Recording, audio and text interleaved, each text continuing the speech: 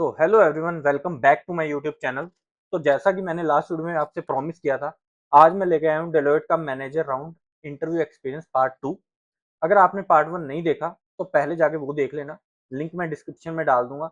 उसमें एक्चुअली मैंने कवर क्या किया था, टेल मी अबाउट योरसेल्फ से लेके क्लाइंट अगर लास्ट मोमेंट पे रिक्वायरमेंट चेंज कर देता है तो उसके आंसर मैंने कैसे दिए थे, वो मैंने उस वीडियो में बताया था। तो इसी इंटरव्यू में कुछ और भी क्वेश्चन पूछे गए थे जो मुझे लगा कि अलग से डिटेल में शेयर करना चाहिए और इसकी अलग वीडियो बनानी चाहिए। तो ये क्वेश्चन काफी ट्रिकी थे और बहुत लोगों के लिए यूजफुल हो सकते हैं। तो चलिए स्टार्ट करते हैं। तो आगे इंटरव्यू ने एक कॉन्फ्लिक्ट बेस्ड क्वेश्चन पूछा था। उन्होंने बोला था कि सपोज आपका सीनियर या स्टेक होल्डर आपसे डिसएग्री करता है किसी भी बात को लेकर, तो आप इस सिचुएशन को कैसे हैंडल करोगे। तो मैंने बोला कि मैं डायरेक्टली अपनी बात पुश नहीं करूंगा। सबसे पहले मैं उनका पॉइंट ऑफ व्यू को समझूंगा, सुनूंगा अच्छे से, कोशिश करूंगा कि ऐसा उनके पास क्या कॉन्टेक्स्ट है जो मेरे पास नहीं है। उसके बाद मैं अपना प्रोस्पेक्टिव डेटा या पास्ट एक्सपीरियंस के साथ अपना जो पॉइंट ऑफ व्यू है वो रखूंगा, इमोशनली नहीं बल्कि लॉजिकली। अगर फिर भी डिसएग्रीमेंट रहता है तो फाइनल कॉल तो सीनियर की होगी, क्योंकि उनका एक्सपीरियंस और अकाउंटेबिलिटी मुझसे ज़्यादा है। पर मैं अपनी जो कंसर्न है उसका एक स्पेसिफिक डॉक्यूमेंट जरूर बनाऊंगा ताकि बाद में कोई भी कंफ्यूजन ना हो। फिर उन्होंने पूछा कि आपने कभी कोई डेडलाइन मिस की है? अगर हाँ तो क्या हुआ? क्या हुआ और उस सिचुएशन को आपने कैसे हैंडल किया? तो यहाँ मैंने एक ऑनेस्टली से एक रियल सिचुएशन शेयर की बिना खुद को डिफेंड किए। मैंने बताया कि क्या रीजन था कि जो मुझसे डेडलाइन मिस हो गई। मैंने उस टाइम पे क्या एक्शन लिया स्टेक होल्डर को इन्फॉर्म करने के लिए। और सबसे इम्पोर्टेंट, उसके बाद मैंने अपनी प्लानिंग प्रोसेस में क्या क्या चेंजेस किए ताकि मुझसे दोबारा से वो डेडलाइन जो मैंने मिस की थी, इस तरह की जो सिचुएशन दोबारा ना हो मेरे साथ। तो मैंने ये भी क्लियर किया कि मैं फेलियर को छुपाता नहीं हूँ बल्कि उसे लर्निंग की तरह ट्रीट करता हूँ। शायद उन्हें ये मैच्योरिटी वाला आंसर लगा और पसंद आया।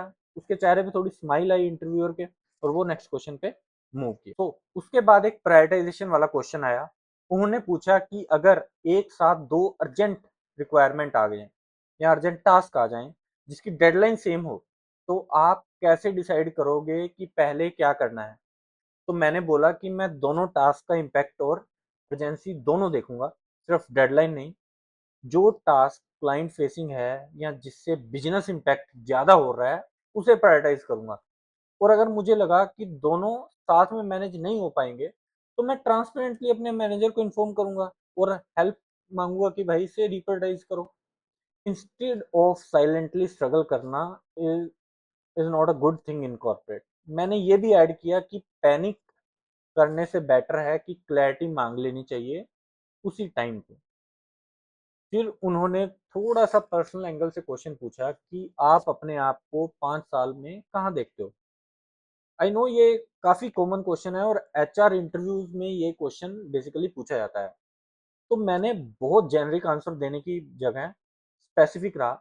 मैंने बोला कि टेक्निकल डेप्थ के साथ साथ मुझे लीडरशिप और क्लाइंट हैंडलिंग स्किल्स भी बिल्ड करना चाहता हूँ ताकि आगे चल के मैं एक अच्छा टीम लीड या मैनेजर बन सकूं। मैंने ये भी बोला कि मैं डिलोइट जैसी कंपनी में इसलिए ग्रोथ देखता हूँ क्योंकि यहाँ जो डाइवर्स प्रोजेक्ट्स और स्ट्रक्चर में मेंटरशिप मिलती है, जो सीनियर लोग हैं वो अच्छे से गाइड करते हैं।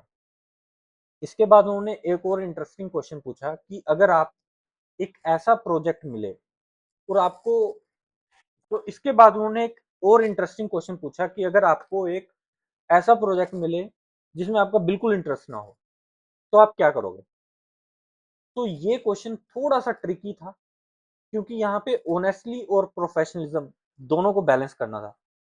तो मैंने बोला कि इंटरेस्ट ना होना काम से बचने का रीजन नहीं बन सकता। मैं पहले उस प्रोजेक्ट को समझने की कोशिश करूंगा एक्चुअली उसमें चैलेंज क्या है जो मेरा इंटरेस्ट नहीं बन रहा, क्योंकि कई बार इंटरेस्ट ना होना सिर्फ क्लैरिटी ना होने की वजह से होता है। अगर फिर भी मुझे लगा कि ये मेरा ग्रोथ एरिया नहीं है तो मैं अपने मैनेजर से ओपन कन्वर्सेशन करूंगा, अपने करियर इंटरेस्ट के बारे में बताऊंगा।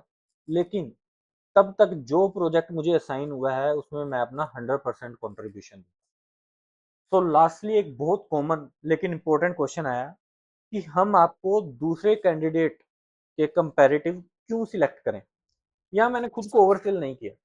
मैंने बोला कि मैं ये क्लेम नहीं करूंगा कि मैं सबसे बेस्ट हूँ, क्योंकि मैंने अदर इंटरव्यू आपने जो लिए कैंडिडेट्स के वो मैंने नहीं देखे, राइट, और मैं उन कैंडिडेट्स को नहीं जानता। पर मैं इतना जरूर बोल सकता हूँ कि मैं ओनरशिप लेता हूँ, प्रॉब्लम को ब्लेम गेम में नहीं डालता, उनको सोल्व करता हूँ और कॉन्टिन्यूसली सीखने की मेंटेलिटी रखता हूँ। ये मेरी सबसे बड़ी स्ट्रेंथ है और यही मैंने उन्हें कॉन्फिडेंटली बताया। तो ओवरऑल इस पार्ट में मैं जो समझ पाया कि मैनेजर राउंड में क्वेश्चन चाहे कॉन्फ्लिक्ट्स के हों, फेलियर के हों या कैरियर गोल्स के हों, इंटरव्यूअर असल में आपकी सेल्फ अवेयरनेस, आपकी ओनरशिप कैपेबिलिटी और आप प्रेशर में कितने कंपोस्ट रहते हो, ये सब जज करता है।